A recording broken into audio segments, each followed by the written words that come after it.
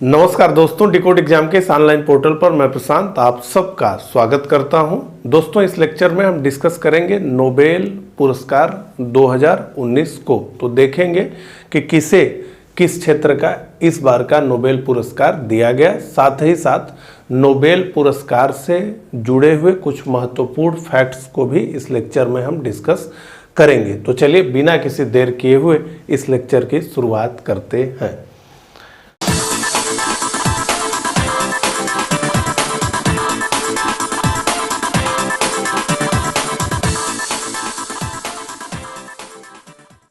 तो सबसे पहले तो हम नोबेल पुरस्कार से जुड़े हुए कुछ महत्वपूर्ण तथ्यों को समझना चाहेंगे।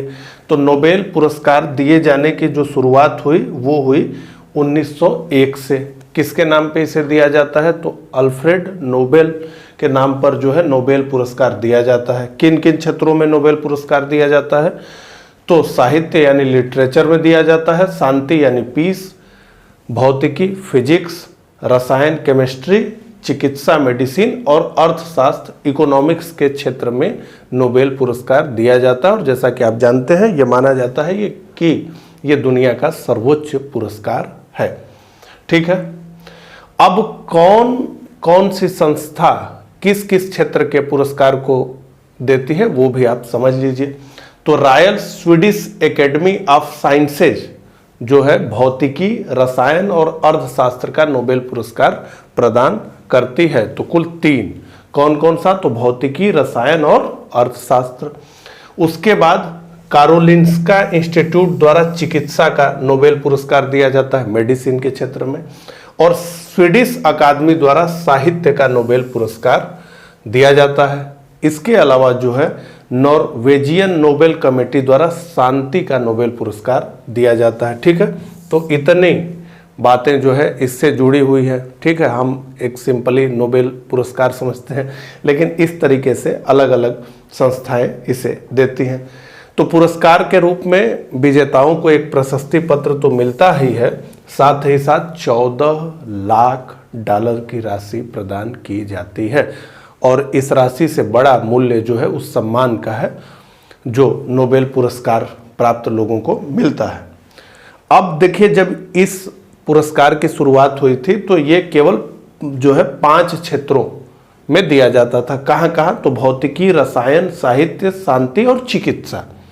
लेकिन 1969 से जो है अर्थशास्त्र को भी नोबेल पुरस्कारों की सूची में डाल दिया गया। ठीक है, तो अब जो है कुल 6 क्षेत्र हो गए। कौन कौन से हो गए? तो साहित्य 1, शांति 2, भौतिकी 3, रसायन 4, चिकित्सा 5 और अर्थशास्त्र 6।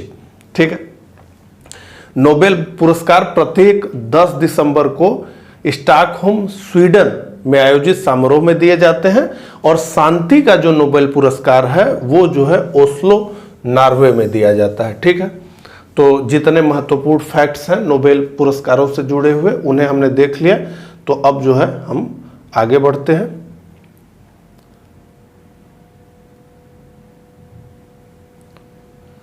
हाँ, तो सबसे पहले शुरुआत करेंगे भौतिकी यानी फिजिक्स के क्षेत्र में किसे किसे नोबेल पुरस्कार इस बार का दिया गया। तो 3 वैज्ञानिकों को नोबेल पुरस्कार इस बार जो है संयुक्त रूप से दिया गया। किसे किसे?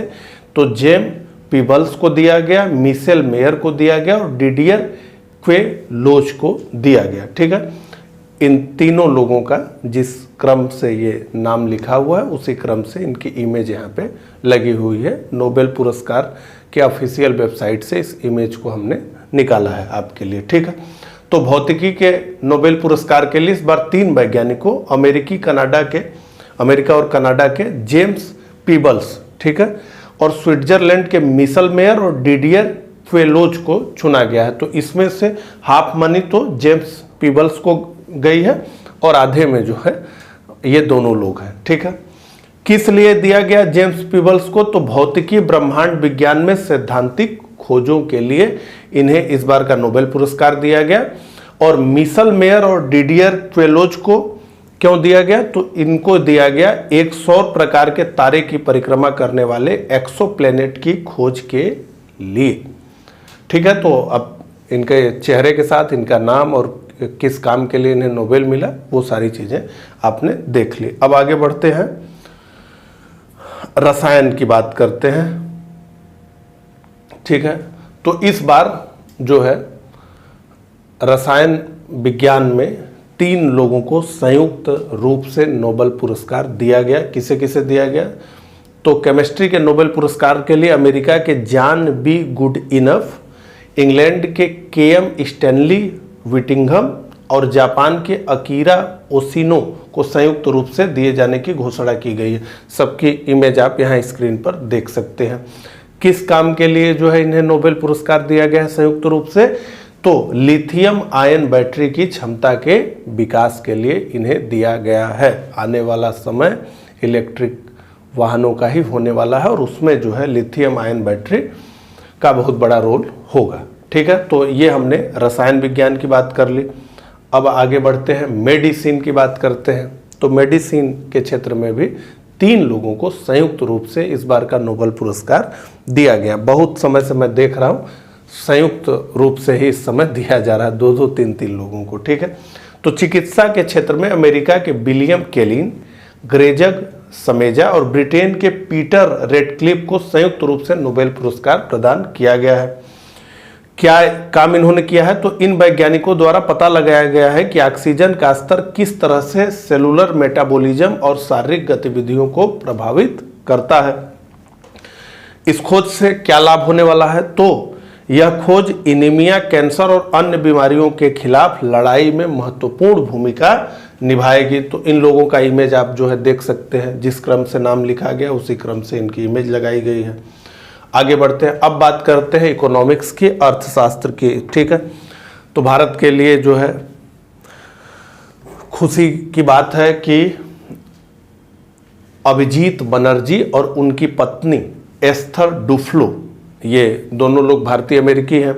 ठीक है, तो इनको मिला है और माइकल क्रेमर को संयुक्त रूप से अर्थशास्त्र का नोबेल पुरस्कार मिला है। ठीक है, तो ये अभिजीत बनर्जी हैं, ये उनकी पत्नी एस्थर डुफ्लो हैं और ये माइकल क्रेमर है। तो इन तीनों लोगों को किस काम के लिए ये जो है नोबेल पुरस्कार दिया गया, तो उसको देख लीजिए। इन्हें यह पुरस्कार वैश्विक गरीबी से निपटने के सर्वोत्तम तरीकों के प्रयोग के शोध के लिए इस बार का नोबेल पुरस्कार दिया गया है। अभिजीत बनर्जी भारतीय मूल के अमेरिकी नागरिक हैं जो वर्तमान में Massachusetts institute of technology MIT में अर्थशास्त्र के प्रोफेसर हैं। ठीक है, अब आगे बढ़ते हैं, साहित्य लिटरेचर की बात करते हैं। ठीक है, तो ओल्गा तोकाजुर्क 2018 और पीटर हैंडके 2019 को जो है इस बार का नोबेल पुरस्कार दिया गया। हुआ क्या कि पिछले वर्ष विवादों के चलते विवाद हो गया स्वीडिश अकादमी में, तो साहित्य का नोबेल पुरस्कार की घोषणा ही नहीं की गई। तो 2018 में साहित्य का नोबेल पुरस्कार किसी को नहीं दिया गया। इस बार क्या किया गया कि संयुक्त रूप से कर दिया गया कि 2018 का भी दे दिया गया एक ही साथ और 2019 का भी दे दिया गया। तो 2018 के लिए ओल्गा तोकाजुर्क और पीटर हैंडके, ये 2019 के लिए मिला। ठीक है, इसीलिए 2 नाम है। साहित्य के क्षेत्र में वर्ष 2018 के लिए पोलैंड की लेखिका ओल्गा तोकाजुर्क और 2019 के लिए ऑस्ट्रेलिया के उपन्यासकार व पटकथा लेखक पीटर हैंडके को नोबेल पुरस्कार के लिए चुना गया है। पिछले वर्ष विवादों के चलते स्वीडिश अकादमी द्वारा साहित्य के नोबेल पुरस्कार की घोषणा नहीं की गई थी, इसलिए इस वर्ष 2019 के साथ 2018 के लिए भी पुरस्कार की घोषणा की गई, एक साथ ही कर दी गई। अब आ गए हम लोग शांति के नोबेल पुरस्कार पर। ठीक है, तो अबी अहमद अली को इस बार का शांति का नोबेल पुरस्कार दिया गया है। तो इनके बारे में कुछ महत्वपूर्ण तथ्यों को देख लेते हैं। तो नोबेल का शांति पुरस्कार इस बार इथोपिया के प्रधानमंत्री अबी अहमद अली को दिए जाने की घोषणा की गई है। शांति और अंतर्राष्ट्रीय सहयोग को लेकर उनके निरंतर प्रयासों के लिए उन्हें यह पुरस्कार दिया गया है। 43 वर्षीय अबी अहमद अली को इथोपिया के नेशनल मंडेला के नाम से भी जाना जाता है। तो इन्होंने क्या मूल काम किया, तो इथोपिया के पड़ोसी मुल्क इरिट्रिया के साथ सीमा विवाद सुलझाने में इनकी अहम भूमिका रही। इरिट्रिया और इथोपिया के बीच यह विवाद लगभग 20 साल से चला था, जिसे खत्म करने में प्रधानमंत्री अहमद अली का बड़ा योगदान रहा। ठीक है, तो इस बार का शांति का नोबेल पुरस्कार अबी अहमद अली को दिया गया। ठीक है, तो इस प्रकार से 2019 में किस क्षेत्र में किसे नोबेल पुरस्कार दिया गया और किस काम के लिए दिया गया उसे हमने देखा। तो मुझे कमेंट करके ज़रूर बताइएगा कि मेरा ये प्रयास आपको कैसा लगा। बाकी चैनल के साथ जुड़े रहिए, इसी तरह के नए नए लेक्चर्स हम यहाँ लेकर आते रहते हैं। तो मिलता हूँ इसी तरह के किसी नए लेक्चर में, तब तक के लिए आप सभी को नमस्कार।